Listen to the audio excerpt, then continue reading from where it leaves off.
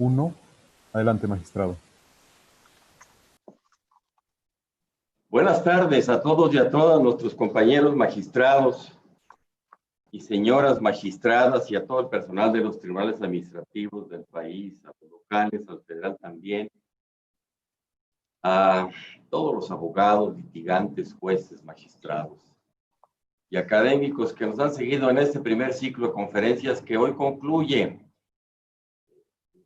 Afirmo que ha sido muy exitoso, tanto por el número de personas que han conformado la audiencia de las 5 conferencias anteriores, como por la participación y desde luego por las exposiciones que han provocado por demás comentarios muy favorables y generosos para los expositores, para el tema y para la categoría profesional y académica de los expositores.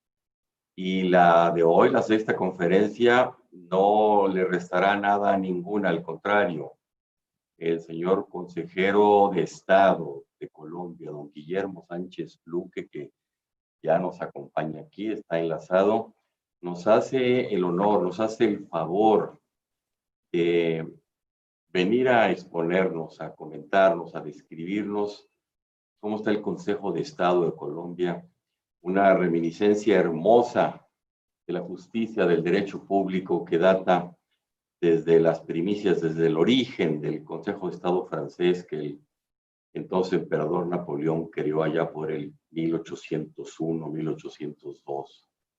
Colombia creo que es en Iberoamérica el país que ha conservado con más fidelidad el esquema original y hasta donde yo recuerdo, hace un medio año que platiqué con el señor consejero Guillermo Sánchez, las competencias son muy vastas, prácticamente todo el derecho público, el derecho administrativo, el fiscal, el ambiental, el laboral, el electoral están en manos del Consejo de Estado colombiano como última instancia constitucional en aquel país. Y existe su Suprema Corte de Justicia que maneja las demás materias, las relativas a los derechos tradicionales, de lo penal, de lo civil, de lo mercantil. El consejero con una vasta trayectoria académica, cuya descripción les platicará con puntualidad nuestra compañera magistrada Raquel Velasco del Tribunal de Zacatecas, les mostrará todo lo que ha hecho nuestro conferencista y cuando lo escuchemos a él nos va a quedar claro cómo se manejan los colombianos y otros países de Iberoamérica con este esquema en donde hay 2 grandes órganos constitucionales encargados de decir la última palabra en cada país. El de Colombia es notable. Me parece que hablar del control y de la fiscalización de la administración pública por parte del Consejo de Estado de Colombia será por demás excepcionalmente interesante. Raquel, por favor, tienes tú la palabra y la conducción de esta conferencia. Muchas gracias. Con su venia, señor presidente, con su venia, señor secretario de nuestra asociación. Muy buenas tardes a todos nuestros queridos compañeros magistrados, magistradas. Saludo respetuosamente desde Zacatecas a toda nuestra numerosa audiencia que ha mostrado un gran interés en escuchar al maestro Guillermo Alfonso Sánchez Luque, que me honro en presentar y de quien haré una muy breve semblanza curricular.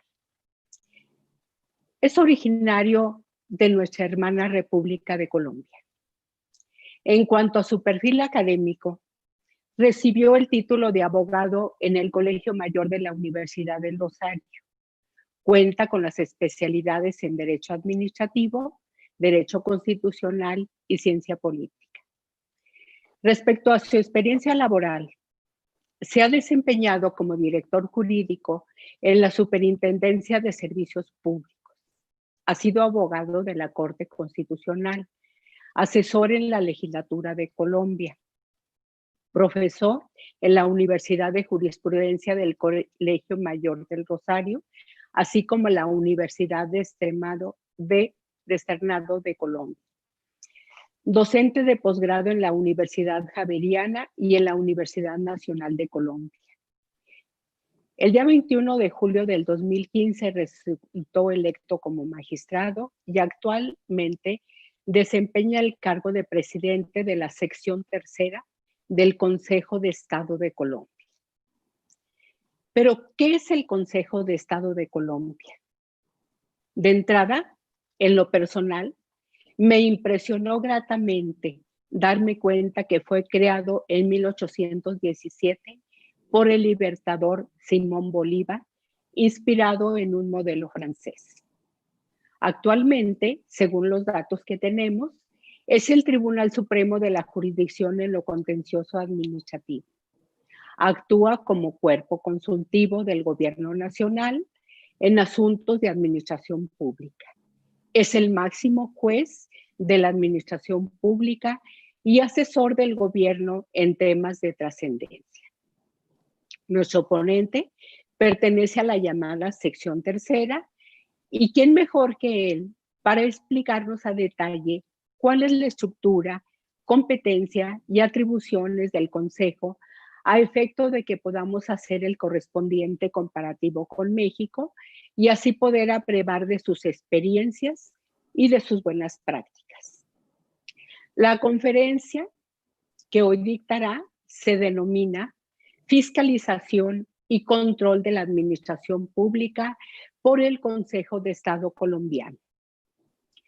A propósito de ese tema, quiero referirme a una reflexión del investigador del CIDE, Andreas Schelder, que dice: la rendición de cuentas es una relación que involucra los conceptos de control sobre el Estado y el gobierno, de responsabilidad política, de capacidad para dar respuesta a las expectativas de los ciudadanos. Con ustedes, el maestro Guillermo Alfonso Sánchez Luque.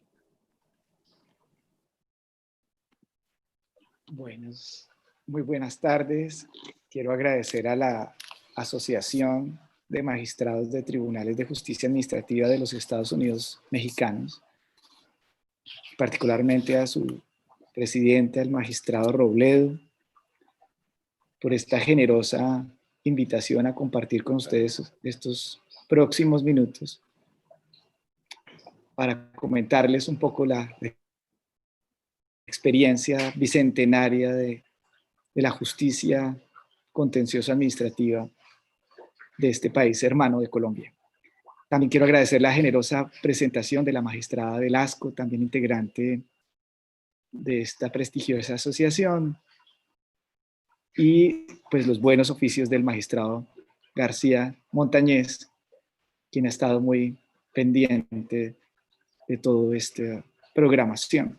Es para mí un honor cerrar este ciclo de 6 conferencias magistrales que fue inaugurada por nuestro presidente del FIDA, el ilustre profesor Jaime Rodríguez Arana, y que ha contado pues con la participación de connotados conferencistas, entre ellos nada menos que el prestigioso profesor, conocido autor en Colombia, Jorge Fernández Ruiz, presidente de la Academia Mexicana de Derecho Administrativo, y a quien tuve el honor de conocerlo hace ya varios años en el FIDA, y a quien vi y con quien hablé en Brasil, en Sao Paulo, el año pasado, sobre temas comunes. Como él, a diferencia de las intervenciones de la profesora Esquivel y del profesor Sergio, no me voy a referir, y del profesor Jaime Rodríguez, no me voy a referir, y del profesor a quien conocí, por cierto, el año pasado, Jean-Claude Trompetit, no me voy a referir a la situación esta terrible, inesperada que nos agobia, sino que vamos a hacer una reflexión más del estilo de la que hizo el profesor Fernández Ruiz, y queremos pues de esta manera concluir este ciclo exponiendo pues ese doble rol que corresponde al Consejo de Estado. El Consejo de Estado se inscribe, como anunciaba la magistrada Velasco y el magistrado Robledo,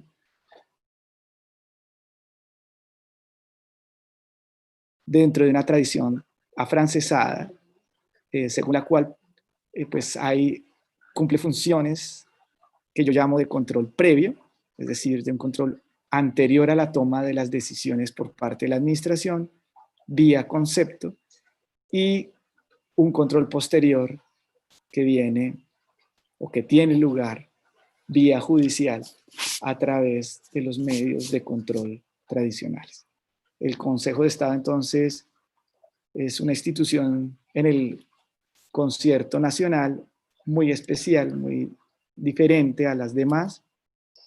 De un lado, esa función consultiva le permite involucrarse previamente a las decisiones de la administración, dando su criterio, su concepto, su opinión, que no es vinculante, pero que normalmente sigue el gobierno, y luego, a través de otro tipo de integrantes en la sala jurisdiccional, juzga, controla, como lo hacen ustedes, a la administración. Hace un par de años murió Sartori, y Sartori decía con razón que el control es la esencia de la democracia.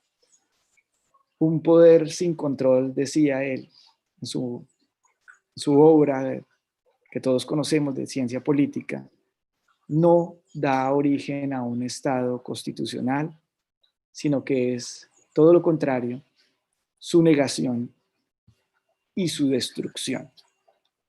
El primer asomo de control que hubo en estas tierras, digamos ya en la época republicana, porque como ustedes en la época de la colonia tuvimos una serie de instituciones muy singulares y muy interesantes que es conveniente analizar, pero que se escapa al objeto de esta charla, como fue en el caso colombiano la Real Audiencia, creada en 1550,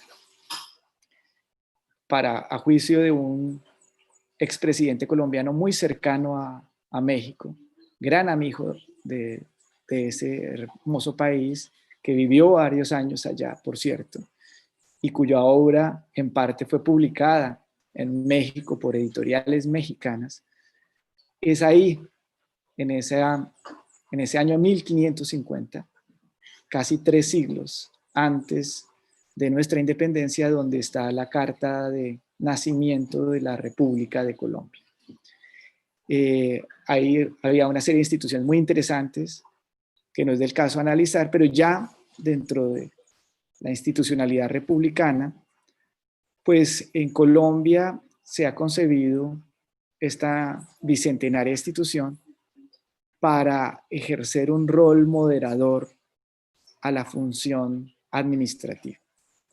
El Consejo de Estado está investido de lo que llaman los franceses, usando un latinajo, la auctoritas, que le da esa objetividad e independencia en el ejercicio de la función asesora, de la cual conmemoramos hace 3 años, 200 años, como mencionaba el magistrado presidente Robledo Ruiz, el libertador Simón Bolívar, inspirado en la obra napoleónica, instituyó en Colombia a finales de ese año, en medio de las guerras de independencia, la institución del Consejo de Estado. Y su nombre justamente proviene de esa función.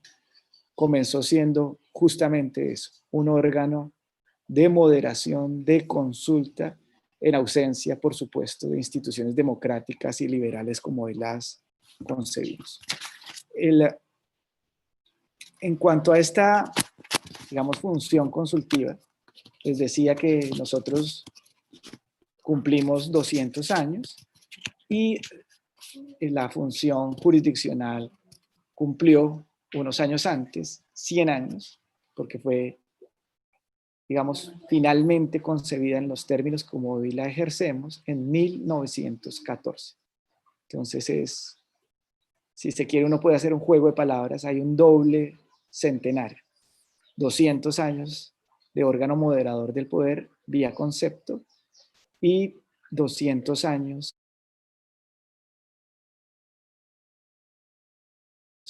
y 100 años, perdón, de órgano de control de la administración a través de los mecanismos judiciales. De eso, a partir de esta doble dualidad, como lo llaman los franceses, voy a dividir la conferencia en dos partes.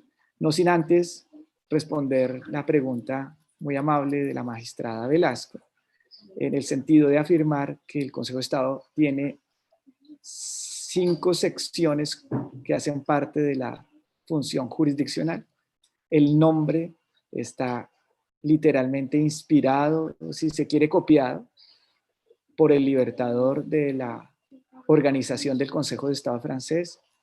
Entiendo, alguna vez leí que en Francia esa denominación tiene un ascendiente militar.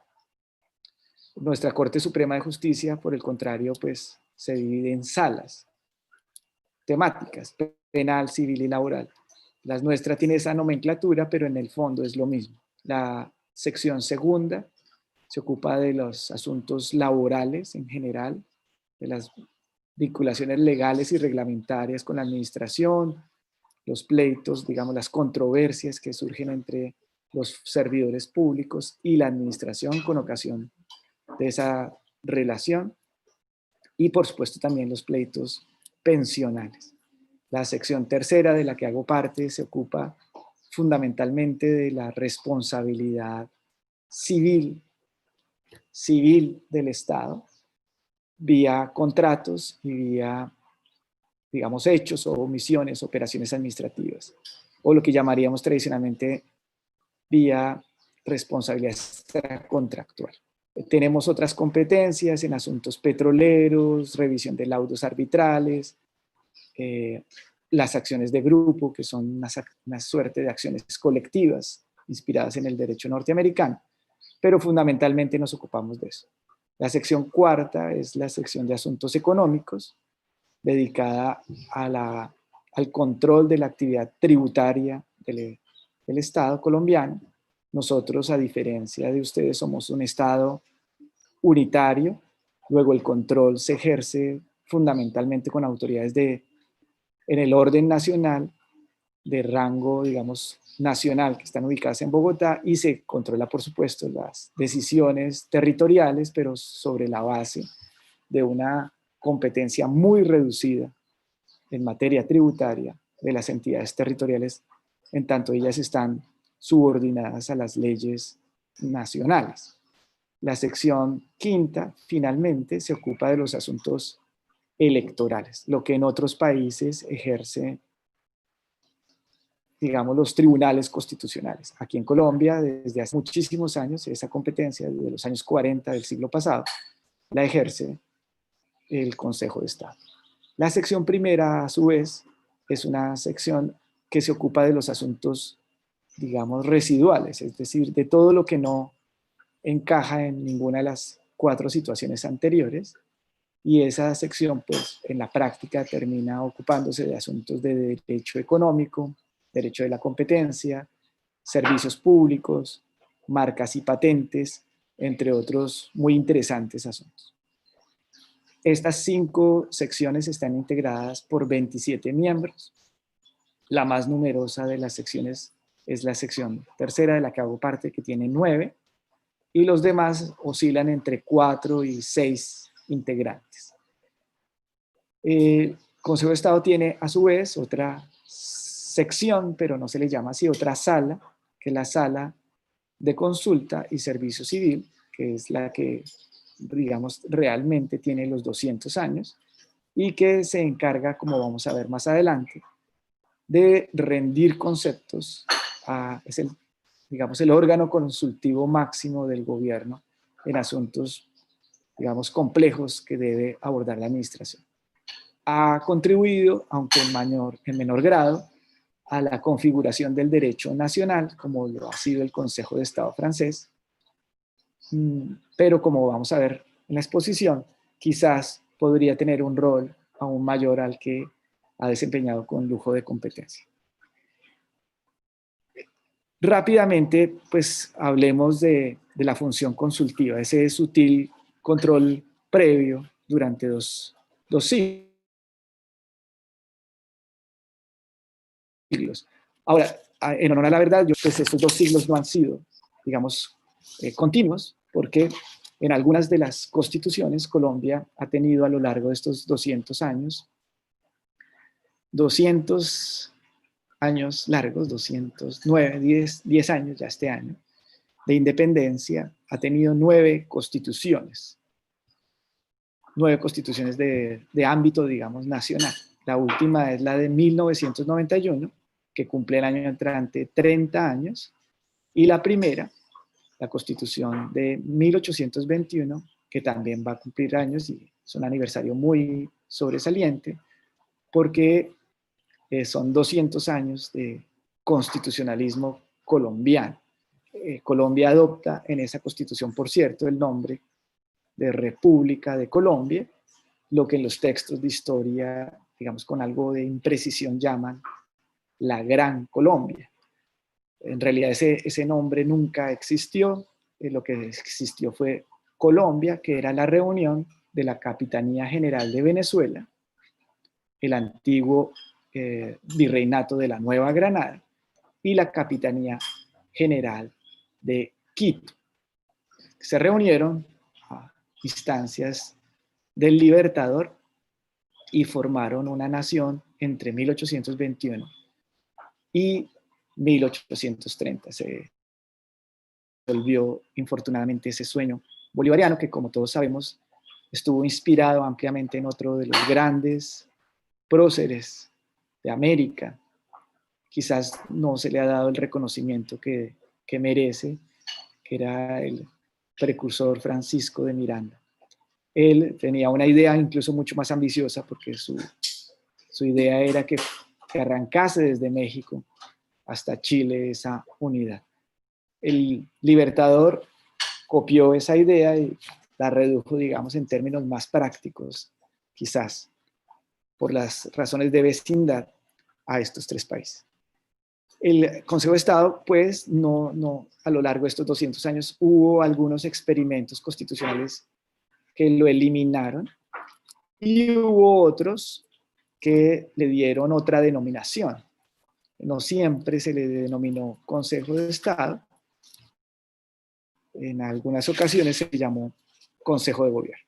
Como mencionaba el magistrado presidente Robledo Ruiz, el 30 de octubre de 1817, es decir, hace ya 203 años, en la ciudad de Santo Tomás de Angostura, hoy Ciudad Bolívar, en Venezuela, el Libertador creó el Consejo Provisional del Estado, una institución que fue concebida por Simón Bolívar para que las providencias importantes, las leyes, los reglamentos, las instrucciones saludables que deben entre tanto publicarse para la organización y funcionamiento de las provincias que estaban en trance de independizarse, fueran propuestas, discutidas y acordadas en una asamblea, dijo él, que por su número y por la dignidad de quienes lo compongan, decía él, merezcan, estas palabras son textuales de su discurso, merezcan la confianza pública. Hoy en día hemos vuelto a esa expresión enhorabuena, la confianza en las instituciones. Como sabemos, la confianza es la base de todas las relaciones. El profesor Karl Larens, en el ámbito del derecho civil, sostiene que las relaciones jurídico-negociales se basan en eso, en la confianza, y donde se ha perdido la confianza, se ha perdido todo. El Libertador, en un breve discurso, la obra escrita de Simón Bolívar es realmente de un nivel muy importante, es quizás el escritor más importante que ha dado Venezuela, por supuesto, después de don Andrés Bello, redactor del también centenario Código Civil. Y en ese discurso me voy a permitir, solo voy a leer un pedacito. Sostuvo el Libertador: considerando que es imposible establecer por ahora un buen gobierno. Miren lo actual. Hoy hablamos de buena administración, que es el tema del profesor, que maneja también el profesor Rodríguez Arana, y la confianza, esa es otra de las palabras que hoy nos concita y de la cual se habla en la OCDE, en el Fondo Monetario Internacional, en el BID, ¿no? Considerando que es un gobierno representativo y una constitución eminentemente liberal, estamos hablando de 2 años antes de la batalla de Boyacá, el año pasado cumplió 200 años, que nos daría la independencia. O, no absoluta, pero sí por lo menos de gran parte del territorio nacional, a cuyo objeto se dirigen todos nuestros esfuerzos y votos más ardientes de mi corazón, mientras no se halle libre y tranquila la mayor parte del territorio de la República, especialmente la capital, y deseando que las providencias importantes, las leyes, reglamentos, instrucciones saludables que deben entre tanto publicarse para la administración y organización de las provincias ya libres o que se liberten, sean propuestas, discutidas y acordadas en una asamblea que por su número y por la dignidad de las que los integran, merezca la confianza pública. He venido, concluye el Libertador, a decretar y decreto el siguiente, y ahí se refiere a la creación del Consejo de Estado. Esta institución está pues inspirada en una institución que apenas tiene 18 años más de existencia, el Consejo de Estado francés, que fue creado en la Constitución de 1799, en su artículo 52, en medio del consulado, antes de su proclamación en 1804 como emperador, y que por supuesto pues no es ninguna novedad en el derecho francés en la medida en que tenía pues ascendencias claras en el Consejo del Rey, en la época de los Luises. De hecho, el Consejo del Rey fue reunido y dio un dictamen muy importante, muy definitivo, cuentan los historiadores franceses, para las distintas declaraciones y sobre todo para la Constitución de 1791, en la medida en que dio vía libre a la reunión de los consejos generales. Ese Consejo de Estado francés, permítanme una referencia minúscula, se hizo célebre no tanto por su función jurisdiccional, y esto quiero subrayarlo, sino por haber sido el que redactó los grandes códigos napoleónicos, entre ellos el centenario Código Civil. Henri Capitant decía hace más de un siglo, en 1917, el gran profesor francés de Derecho Civil, que ahí estaba el gran prestigio, y no es una opinión aislada de un civilista, el gran prestigio del Consejo de Estado. El Consejo de Estado francés se lo ganó en la confección de esos códigos. Y decía él, describiendo el código, que está escrito con un lenguaje preciso, con una puntuación cuidadosa, dividido en párrafos cortos y no muy numerosos. Sus artículos son fáciles de leer y de comprender, incluso por personas, agrega Capitant, no versadas en la ciencia del derecho. Claridad, precisión, concisión, medida son las cualidades que lo distinguen y lo han hecho, agrega Capitant, modelo que jamás ha sido sobrepasado. Cualidades que, se lamenta Capitant, están en camino, estamos hablando de hace un siglo, de desaparecer en las legislaciones modernas. Me detengo un poquito en esto porque a mí me parece que ahí está el porvenir, digamos el futuro, si fuésemos a hablar de un replanteamiento ligero de las funciones del Consejo de Estado. Habría que poner más énfasis en esta función de colegislador o de legislador o de cámara, como lo llamó un autor colombiano, un profesor Montoya de Medellín, una precámara. En momentos en que la inseguridad jurídica es la nota, digamos, dominante de un derecho transitorio, efímero, casi que, permítame la expresión inadecuada, desechable, o para ponerlo en términos gráficos, cuando tenemos en Colombia,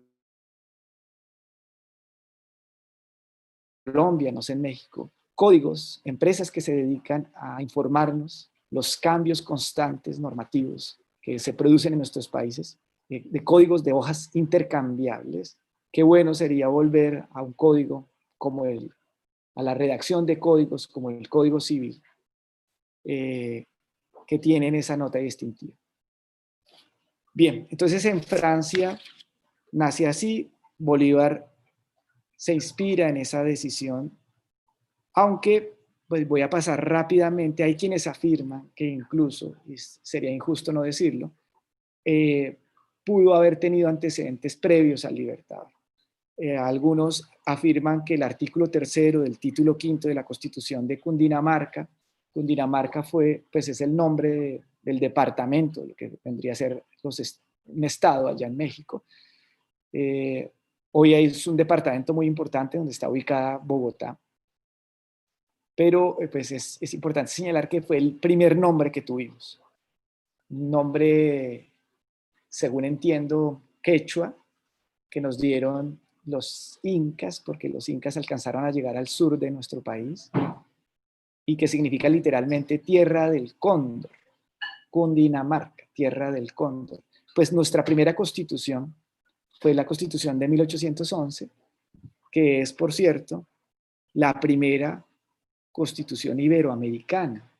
Es muy anterior a la Constitución española de Cádiz de 1812, la famosa PEPA, tan ponderada y tan alabada.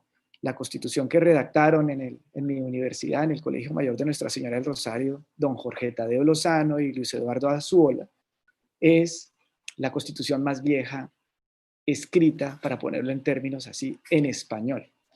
Esa Constitución tenía, digamos, como un rudimento de Consejo de Estado, y lo previó así, de modo que algunos encuentran, como el profesor Jaime Orlando Santofimio, tan cercano allá, sobre todo a los profesores de la UNAM en Ciudad de México, sostiene que es ahí donde debemos encontrar el antecedente. Otros, por el contrario, afirman que no es ahí, sino en el Congreso del 15 de noviembre de 1815, fíjese, son fechas anteriores a la propuesta del Libertador, y que don José Fernández Madrid, también egresado del Colegio del Rosario, creó un Consejo de Estado con ese mismo nombre, por cierto, y que estaba integrada por los antiguos triunviros, institución, por supuesto, inspirada en Roma, y 3 secretarios de despacho, y presidida por el vicepresidente de las Provincias Unidas. Estamos hablando de 1815, en plena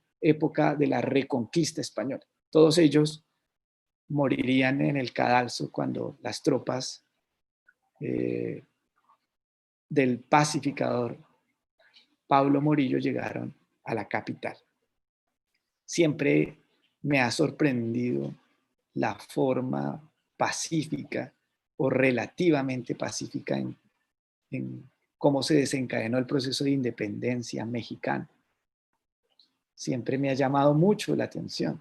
No tuvieron, como nosotros, digamos, un proceso cruel y sangriento de lucha contra la madre patria, sino un proceso muy particular y muy interesante. Nosotros desafortunadamente no lo transitamos así, y digamos, dentro de las instituciones que se ahogarían en la sangre derramada por la libertad estaría ese Consejo de Estado. En esa función, voy a avanzar rápidamente, esa función la llama Oriú la administración consultiva, ¿sí? La administración consultiva, en castellano sería esa la traducción, que es complemento de la administración activa, ¿sí? Es decir, se trata de que el Consejo de Estado haga una labor de moderación a través de una especie de control previo, que es el que, insisto, se ha ejercido en los últimos 2 siglos, fundamentalmente por el Consejo de Estado, excepcionalmente por consejos de gobierno que bien pueden calificarse como equivalentes. La primera constitución que les mencionaba de ámbito nacional, la constitución de Cúcuta de 1821 lo previó. La constitución de 1828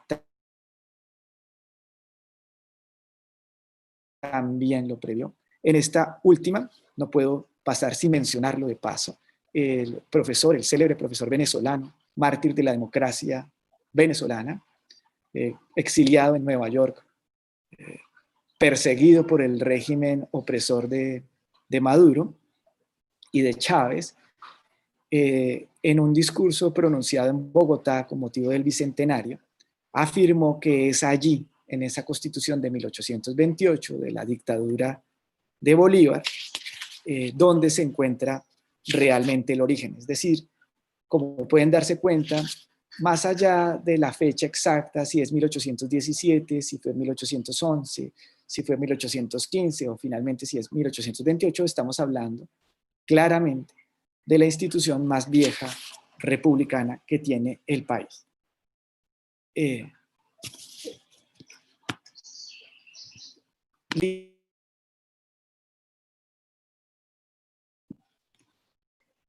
Bien, en el siglo XIX sería eliminada y una de las grandes cabezas pensantes del país, don Miguel Antonio Caro, autor de la Constitución de 1886, cuyo texto en buena medida está contenido, con profundas reformas por supuesto, pero en su esencia está mantenido en la Constitución de 1991, propuso que volviera a establecerse el Consejo de Estado que había sido eliminado en unos experimentos federales que tuvimos. Y lo propuso que se reimplantase como órgano consultivo. De hecho, él hizo parte de él. Y propuso adicionalmente, inspirado fuertemente en Francia, en que tuviese funciones jurisdiccionales. Las ideas de él, voy a apretar el resumen, las ideas de él en cuanto a la función jurisdiccional, digamos, quedaron entre el tintero, como dirían mi papá, en lenguaje que ya creo que no se usa, menos en estas épocas de la tecnología.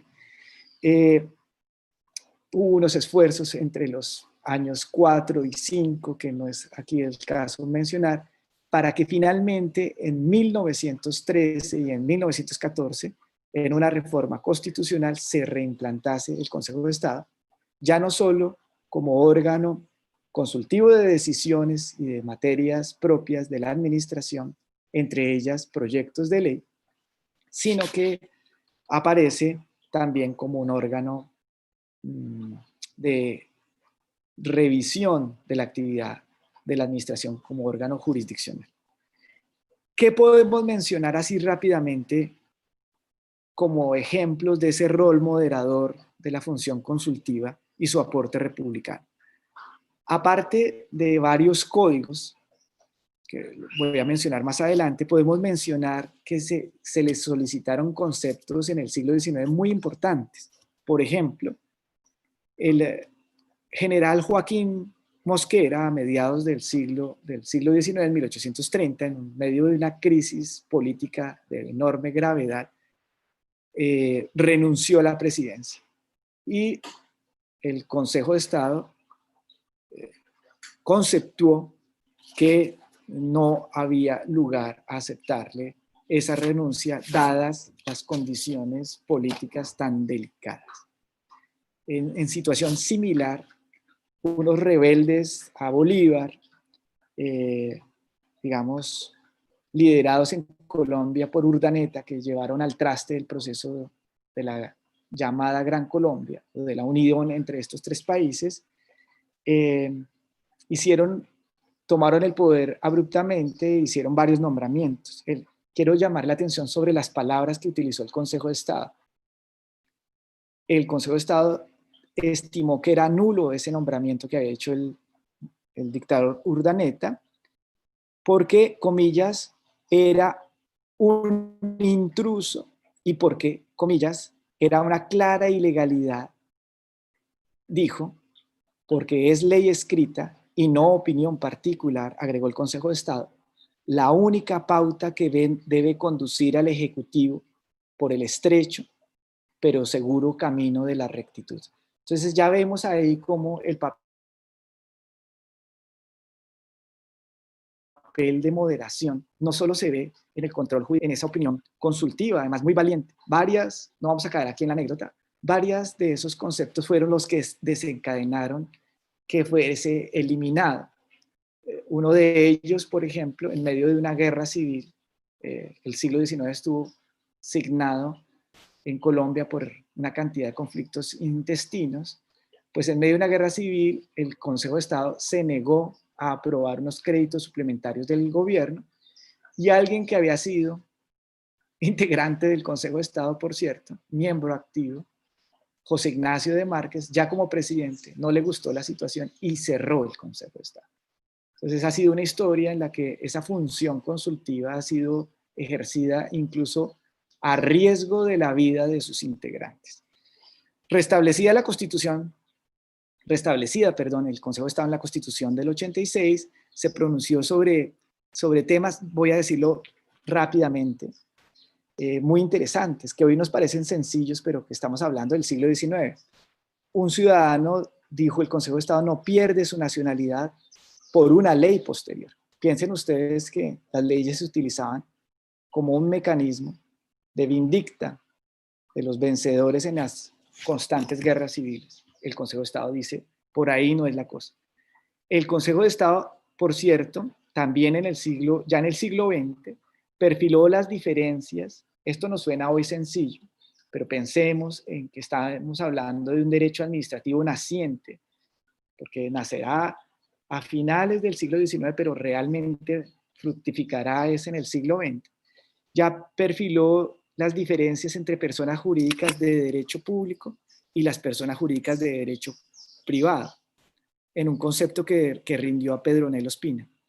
Frente a justamente Pedronel Ospina se pronunció en dos conceptos muy importantes de los que quiero llamar la atención. Estamos hablando de los años 20 del siglo pasado. Estados Unidos, no solo ustedes perdieron grandes territorios por decisiones de este poderoso vecino del norte, Colombia perdió, digamos, su soberanía sobre el Canal de Panamá a comienzos del siglo pasado, y como eso fue indemnizada en virtud de eso con $25 millones de la época, que eso era una plata importante, pero pues, por supuesto que no equivale a lo que ha supuesto la explotación de ese istmo. Y pues Estados Unidos puso una serie de condiciones para su utilización. Pues bien, esas condiciones supondrían, por ejemplo, la creación del Banco de la República, de la Contraloría General de la República, etcétera, pero fue el Consejo de Estado, fíjense, en ese año, que tenía una función muy sui generis en materia de contratación pública, donde exigió como carácter general la implantación dentro de los procesos de uso de esos dineros públicos de procesos licitatorios. ¿Sí? Esto mucho antes de tener nosotros nuestro primer estatuto de contratación pública, como lo vemos hoy en día, fue el Consejo de Estado, base en criterios que había asumido muchos años antes, que exigió eso.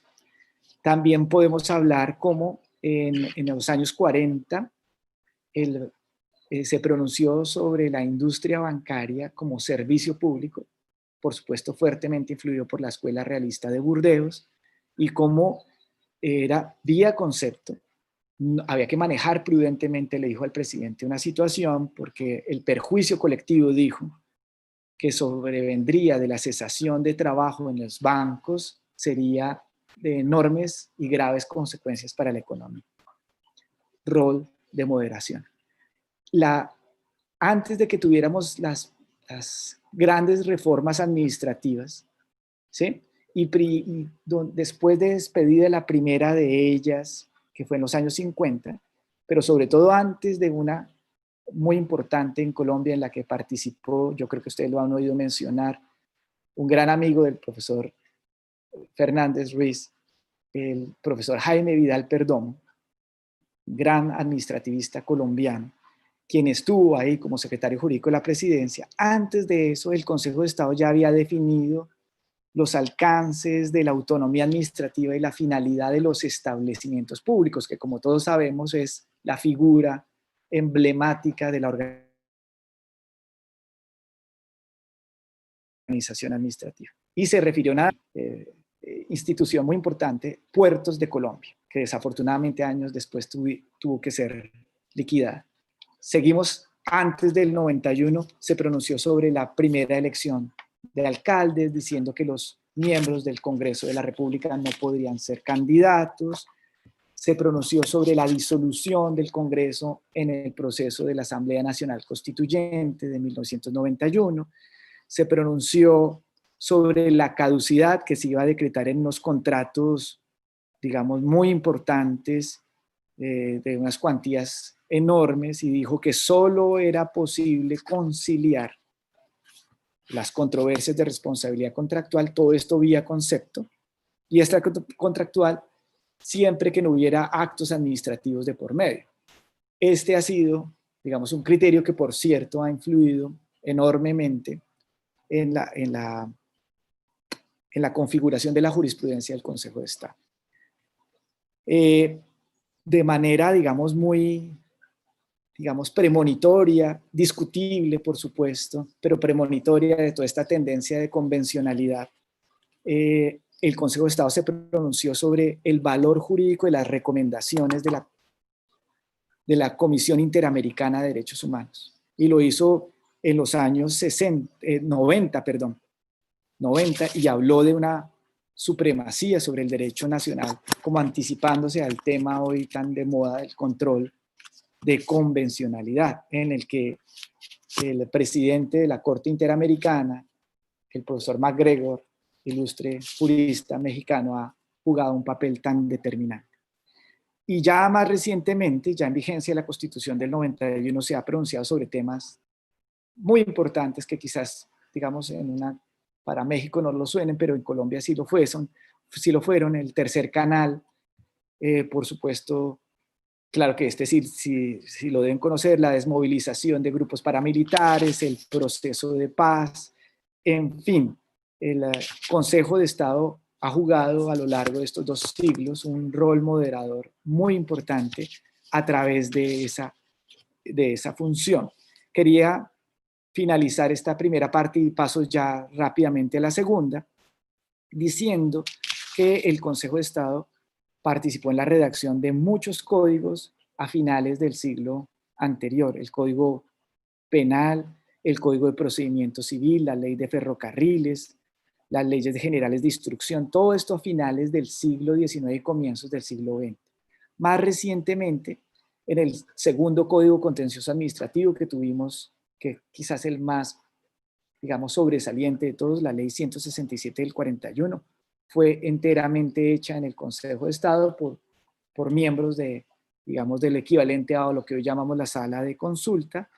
El Código Contencioso Administrativo anterior fue redactado con una amplia participación de magistrados del Consejo de Estado, el profesor Betancur Jaramillo, el profesor Mora Osejo, Gustavo Humberto Rodríguez, Jorge Valencia Arango, estuvieron al lado, pues, de juristas como Jaime Vidal Perdomo y Hugo Palacios Mejía. Y más recientemente, por supuesto, la Ley 1437 del 2011, actual Código de Procedimiento Administrativo y del Contencioso Administrativo, también fue redactado por el Consejo de Estado.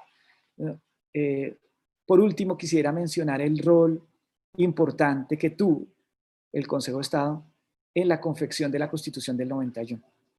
Allá, la primera mujer que fue presidente del Consejo de Estado, primera mujer presidente de una cabeza de las ramas del poder público en Colombia, la exdecana del Colegio Mayor del Rosario, la profesora Consuelo Sarria Olcos, llevó a nombre del Consejo de Estado un memorando breve de unos 21 puntos, en los cuales, pues, propuso varios asuntos de los que hoy, digamos, hacen parte de la Constitución: la responsabilidad del Estado, la Fiscalía General de la Nación, el régimen de la ecología, la intervención del Estado en la economía, la naturaleza de ciertos decretos expedidos por el gobierno, el control constitucional, la propiedad comunitaria, entre otros asuntos.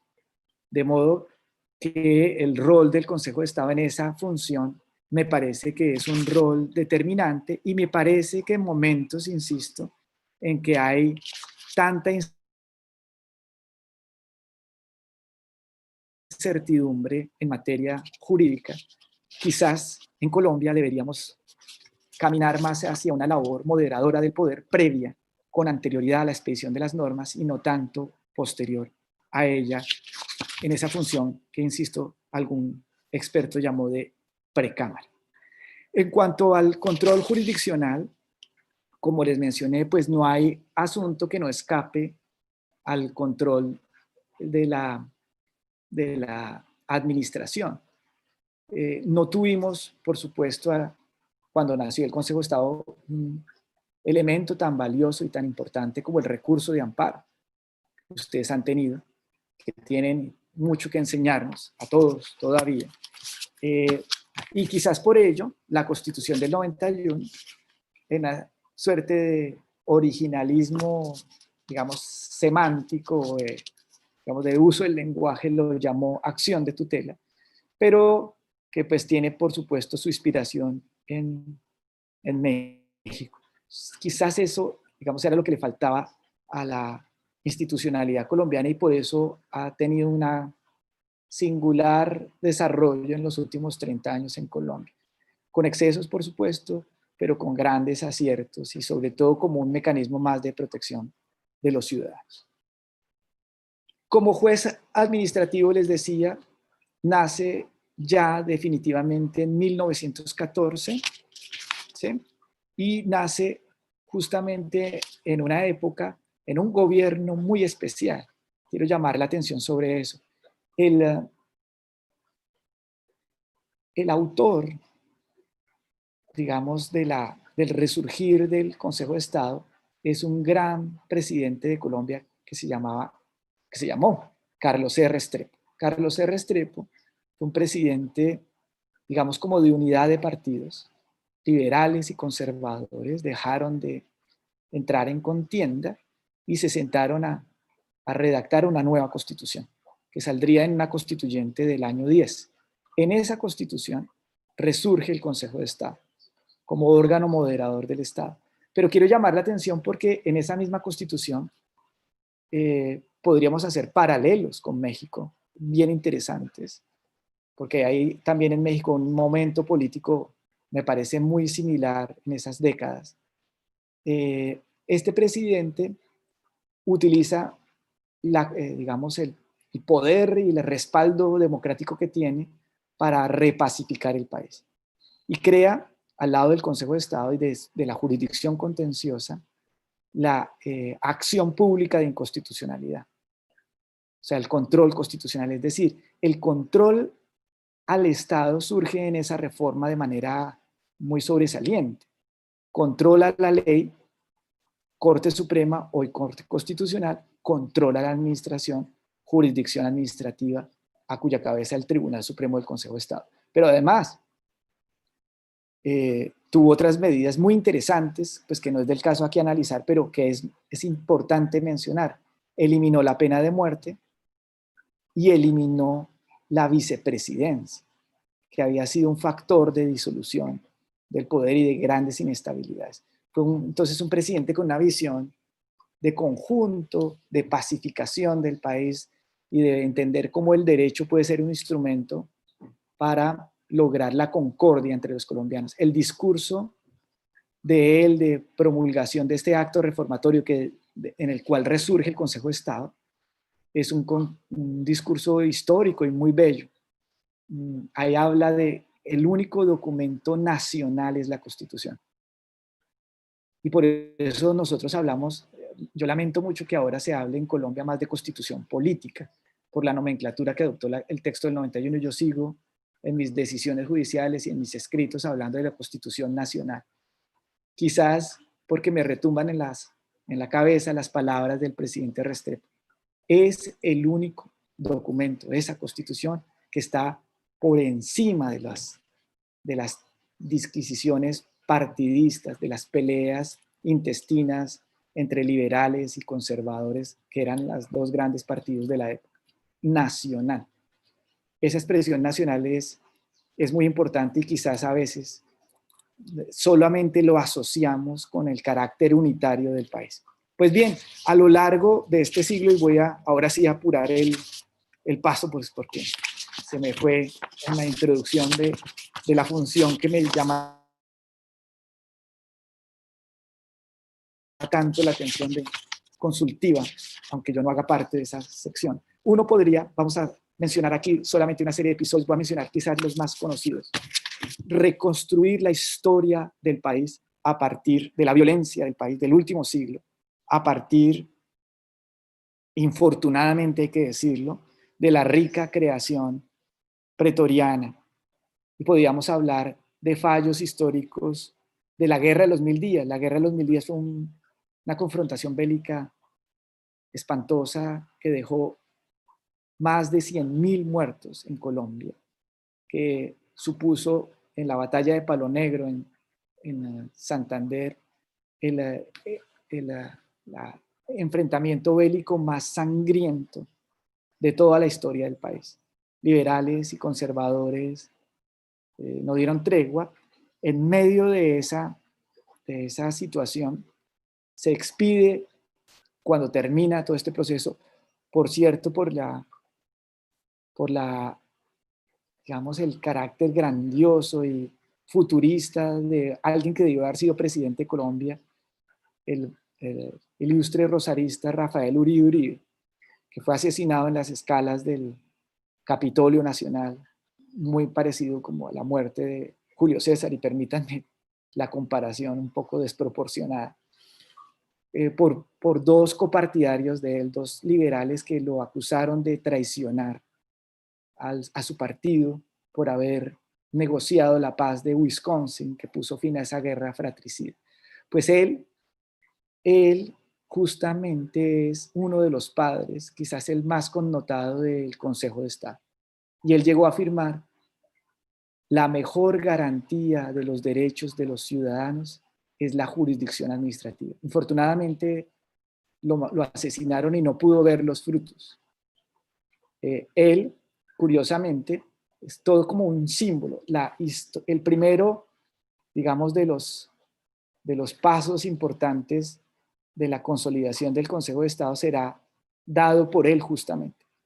Intervinieron otros como Antonio José Cadavid, el presidente Concha, por supuesto, la figura pues insuperable de Miguel Antonio Caro, pero Uribe ofrendó, digamos, su vida por varios ideales, entre ellos la necesidad de una jurisdicción contenciosa administrativa.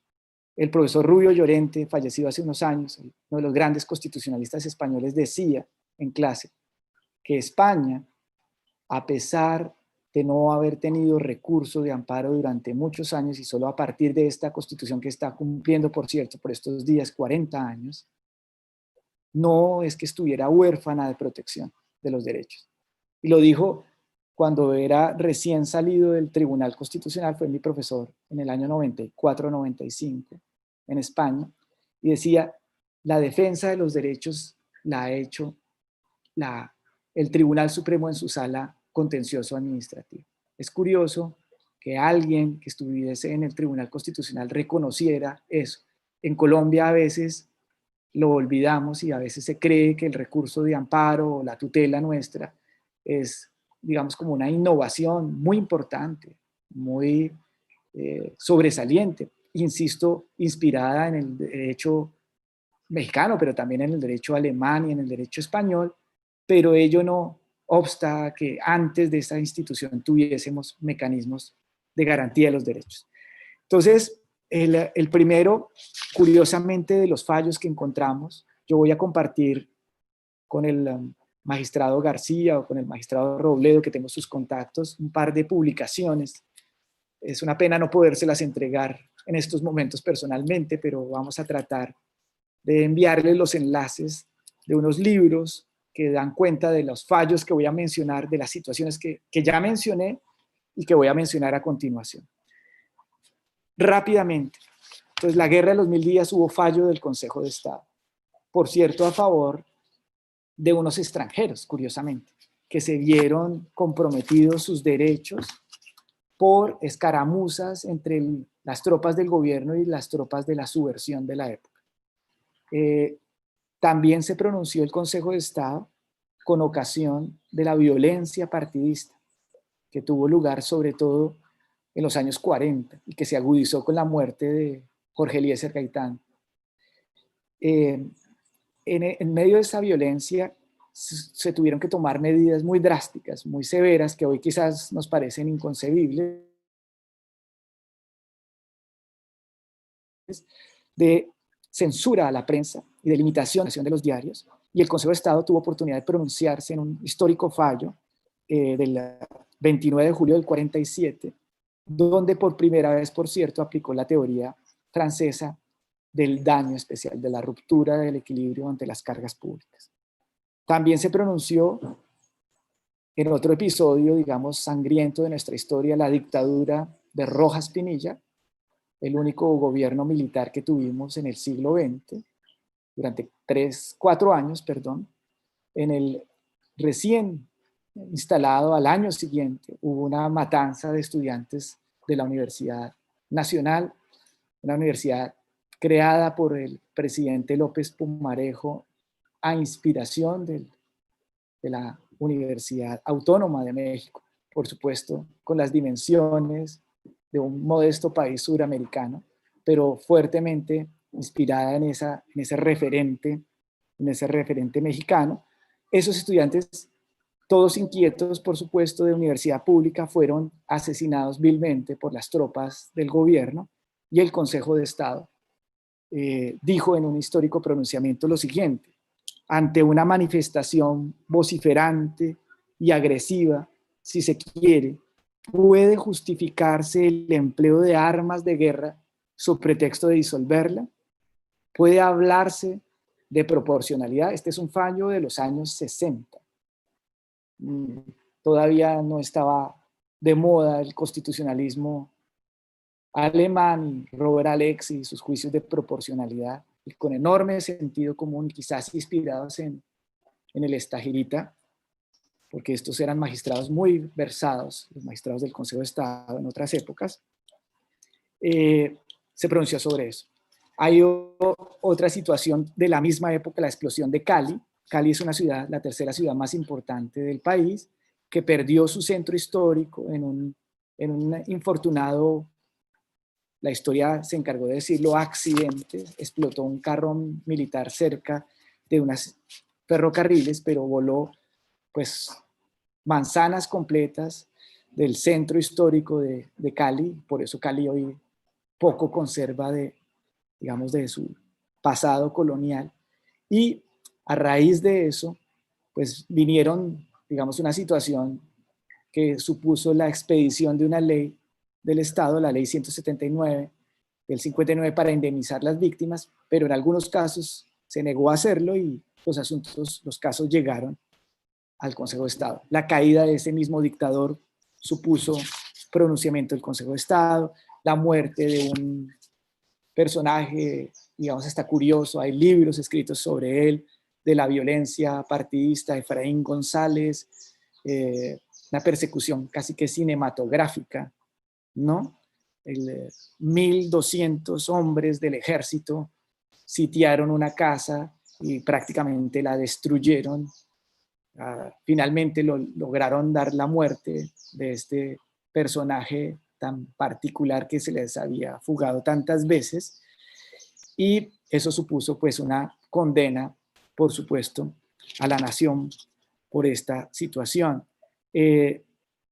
Luego vendrá la violencia subversiva, el surgimiento del M-19, las FARC, el ELN. Hay episodios, pues la primera toma guerrillera, que tendrá lugar en 1978 en un fallo de escasas 7 páginas, ejemplo de síntesis, con ponencia del ilustre jurista Carlos Betancur Jaramillo, se condena por primera vez al Estado por una falla del servicio de policía. Tomas guerrilleras, toma del Palacio de Justicia, la toma de la Embajada de México, el robo de armas del Cartón Norte, grupos de limpieza social, lo llaman en Colombia, es decir, a personas que para un sector de la población no son deseables, aparecen asesinadas vilmente, el exterminio de buena parte de los integrantes del partido político de las FARC en su momento, en los años 80, de la Unión Patriótica, fueron los atentados de Pablo Escobar, desafortunada experiencia que aún padecemos sus secuelas, atentados contra el director de la inteligencia colombiana del DAS, atentado contra un avión de pasajeros, atentado contra candidatos presidenciales, contra exministros de justicia, un ex consejero de Estado cayó en esta lucha absurda contra el narcotráfico. Todos esos asuntos fueron o dieron lugar a pronunciamientos, la zona de distensión en el gobierno del presidente Pastrana, la muerte del ilustre candidato conservador varias veces, el doctor Álvaro Gómez Hurtado, la posesión del presidente Álvaro Uribe, que tuvo que hacerse resguardado de los rockets que mandaba la guerrilla. Todas estas situaciones, quiero llamarles la atención, fueron y han sido y seguirán siendo conocidas por el Consejo de Estado y tienen una relevancia enorme en la medida en que desafortunadamente en Colombia padecemos de una enorme impunidad. Mientras los procesos penales, disciplinarios, fiscales, etcétera, no han logrado, en la mayoría de los casos que yo reseñé, condena o pronunciamiento alguno, porque no necesariamente fueron condenas. Varios de los eventos que yo mencioné fueron despachados negativamente, porque pues esto se trata de un juez, no de una aseguradora a la que se va y se reclaman los perjuicios sin más. El Consejo de Estado ha jugado un papel determinante. Esa sería otra obra. La primera es un trabajo que yo creo que está disponible de la sala de consulta en la que se recogen su incidencia en los fallos del Consejo de Estado, o sea, de la sala jurisdiccional, y su influencia en fallos de la Corte Constitucional. Otro libro es el que les comento, en el que el Consejo de Estado se recogen 100 años de jurisprudencia, alrededor de 1000 pronunciamientos sobre esta situación de violencia que ha padecido el país. Quisiera terminar con unas reflexiones prospectivas antes de dar paso, si hay tiempo, a las preguntas. La historia, dice un gran historiador francés, Langlois, no es otra cosa que el aprovechamiento de los documentos. En tiempos en que en Colombia se habla de comisiones de la verdad y están funcionando esas comisiones de la verdad, hay, desafortunadamente para el país, material más que suficiente en las decisiones de la jurisdicción contenciosa administrativa, toda, de jueces, de magistrados de tribunales y claro está, del Consejo de Estado, un acervo para reconstruir la historia de violencia de este país. Un gran ex consejero de Estado, un profesor externadista, amigo, gran amigo de los mexicanos y que formó una escuela de colombianos educados en la UNAM, el ilustre Carlos Restrepo Piedrahíta, un gran historiador del derecho constitucional, decía, que fue consejero de Estado, la historia constitucional de cualquier país es la vía regia para acceder al conocimiento y la evaluación del mérito y la vitalidad de las instituciones políticas.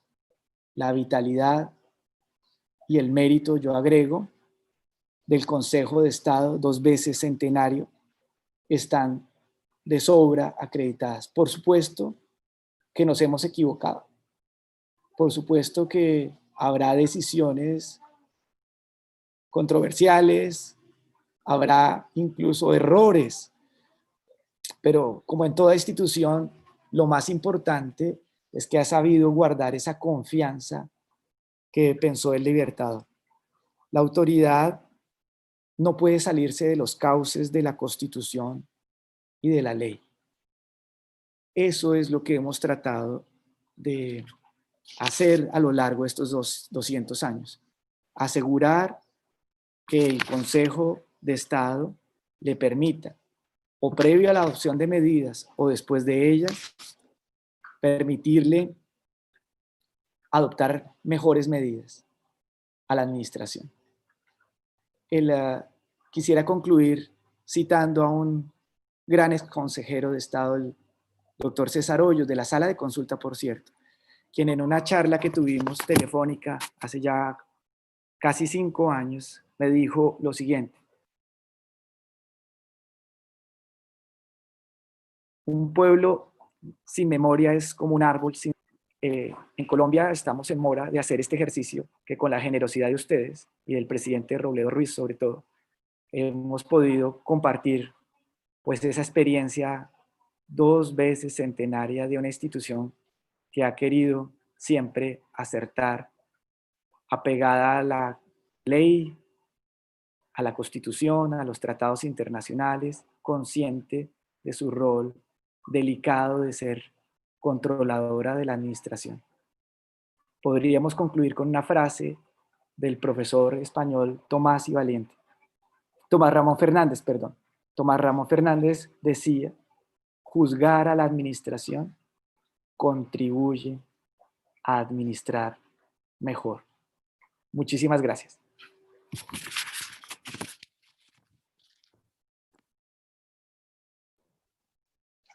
Gracias a usted, maestro Sánchez Luque. Su excelente exposición nos ha dejado un panorama más o menos completo de cómo a los colombianos les ha costado mucho tener las instituciones de las que hoy gozan. Muchas convulsiones sociales, mucho derramamiento de sangre, muchos movimientos armados. Seguramente la institución del Consejo de Estado de Colombia es de las más apreciadas y tal vez de las más sólidas. Según lo que ustedes nos comentan, sus competencias son muy amplias. Decía usted al principio que las personas están muy desconfiadas, yo diría desencantadas, de las instituciones, de los partidos, de los servidores públicos, de los políticos. En México ocurre eso. ¿Qué tenemos que hacer para revertir esa desconfianza ciudadana? Yo creo un correcto diseño de las instituciones públicas y, desde luego, un fortalecimiento de esas instituciones, y que esas instituciones obviamente rindan cuentas y den buenos resultados en el aspecto de eficacia y eficiencia. Dice el argentino Guillermo O'Donnell: la rendición de cuentas horizontal existe cuando un actor estatal tiene la autoridad formal o informal para pedir explicaciones o imponer penalidades sobre otro.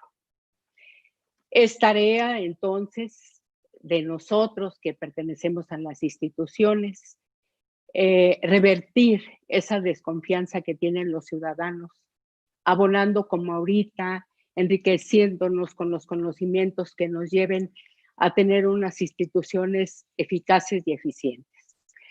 Yo quisiera pedirle a nuestro secretario, el magistrado Pedro, preguntarle más bien si podemos hacer preguntas. Por las cuestiones de tiempo han llegado muchas preguntas, o si bien se los podemos hacer llegar a nuestro invitado a través de los medios electrónicos. Muchas gracias, maestra Raquel. Sí, bueno, desde luego conglomerar ahí la serie de preguntas que nos han hecho llegar la audiencia, pero por cuestiones de tiempo y el respeto a todos, desde luego, si con una pregunta que usted considere ahí de suma importancia que le podemos hacer al consejero de Estado para ir concluyendo con la conferencia, por favor. Gracias. Sí, bueno, voy a hacer una pregunta que uno de los magistrados formula y que dice que cómo infiere el Consejo de Estado de la Administración Pública en contraste con las decisiones de las decisiones que toma la legislatura. Excúseme, no le comprendí bien la pregunta. Sí, quizás. Mire, yo diría más bien cómo influye el Consejo de Estado de Colombia en las decisiones legislativas. Ya. Pues bueno, realmente, en honor a la verdad, influye muy poco. Digamos que el planteamiento que yo hice a lo largo de esta charla es como una reivindicación de que podría dar más. Generalmente, digamos, el gobierno presenta sus proyectos de ley sin consultar al Consejo de Estado. Entonces, digamos, en el aspecto, digamos, formal no influye. Sin embargo, digamos, y por eso me parece a mí que podría avanzarse hacia el futuro en que ciertas materias, eso no es idea mía, eso lo han propuesto ya varios consejeros, un expresidente del Consejo de Estado hace no mucho decía eso, que ciertos temas, por ejemplo, los temas de organización del Estado, el presidente Álvarez, que luego sería decano de la Universidad Pontificia Bolivariana de Medellín, él sostenía que deberían consultarse ciertos asuntos como derechos fundamentales previamente. Eso podría, digamos, hacerse. Hemos influido, como les mencioné, en algunas leyes, en la confección de la Constitución, en ciertos códigos actualmente, pero podría ser mayor. Ahora, en el terreno práctico, como yo supongo que sucede también en México, las decisiones de la jurisdicción contenciosa terminan normalmente siendo de alguna manera adoptadas o en el mismo sentido o en redacción a las mismas por el Congreso. Me explico.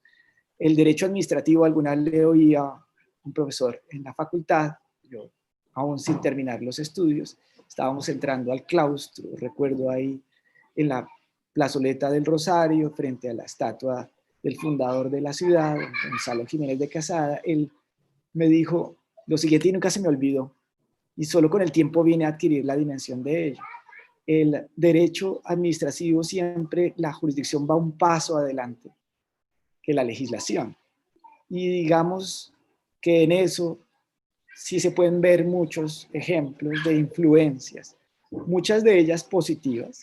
Por ejemplo, se me ocurre la expedición de las leyes de la 489, por ejemplo, de organización administrativa. Algunos de los artículos de esa disposición tuvieron influencia positiva de la jurisprudencia, la misma ley 80 de contratación y otras, para no, digamos, salirnos del tema, que quizás pueden ser más discutibles, reformas al Estatuto de Contratación que provienen o bien de decisiones de la administración que se adoptan como legislación. Me refiero, por ejemplo, a algo con lo que yo no estoy de acuerdo, al debido proceso administrativo en contratación pública, que ha convertido, digamos, en una especie de tinglado el proceso de contratación y lo ha, con la mejor buena intención, lo ha, digamos, complicado.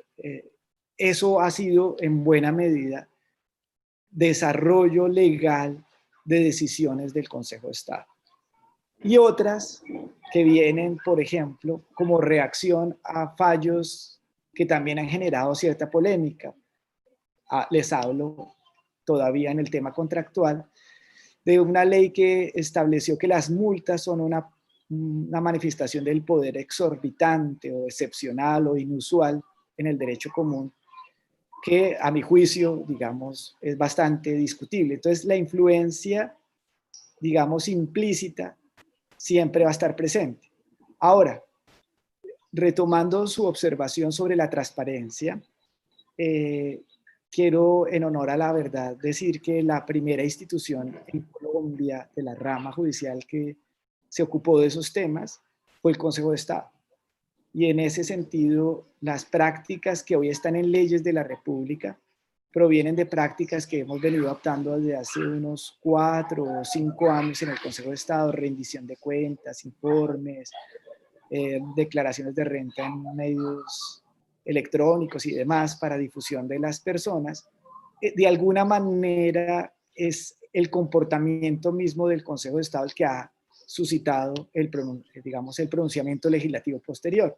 Se me viene aquí a la cabeza, por ejemplo, nosotros conocemos de una acción, eso ya da para otra charla muy compleja, que se llama pérdida de investidura. Nosotros podemos sacar, digamos, de la política a los actores políticos por unas causales previstas en la ley. Yo tengo mis reservas a ese instrumento, pero lo ejercemos, y lo ejercemos, digamos, de manera contundente. En ese ejercicio, lo que hemos venido diciendo nosotros, con el paso del tiempo se ha venido convirtiendo luego en legislación de la República. Es decir, la recepción del trabajo del Consejo de Estado se ve más en la práctica, no por un concepto previo, que es lo que me parece que debía suceder a la manera como pasa en Francia, como por una reacción apenas natural del Congreso frente a las leyes que finalmente son más inestables, por supuesto, por la realidad política, porque es un derecho en construcción, que son las leyes, por supuesto, administrativas, y que cambian, por supuesto, según las mayorías políticas de turno. Muchas gracias, maestro. Nos hace favor de recibir las preguntas porque tenemos muchas, no nos alcanza el tiempo por cuestiones técnicas. Se lo vamos a remitir y fue un honor haber moderado este evento y conocerlo, aunque sea a través de este medio. Le cedo la palabra a nuestro presidente. Pues para agradecerle y despedirlo, doctor. De verdad ha sido una explicación clara, profusa, notable, de una institución por demás interesante para nosotros. Nos sirve de parámetro para ubicar nuestros esquemas de justicia mexicana, para compararnos, para invitarnos a estudiar más en el derecho comparado iberoamericano. Muchas gracias. Espléndida su exposición, doctor.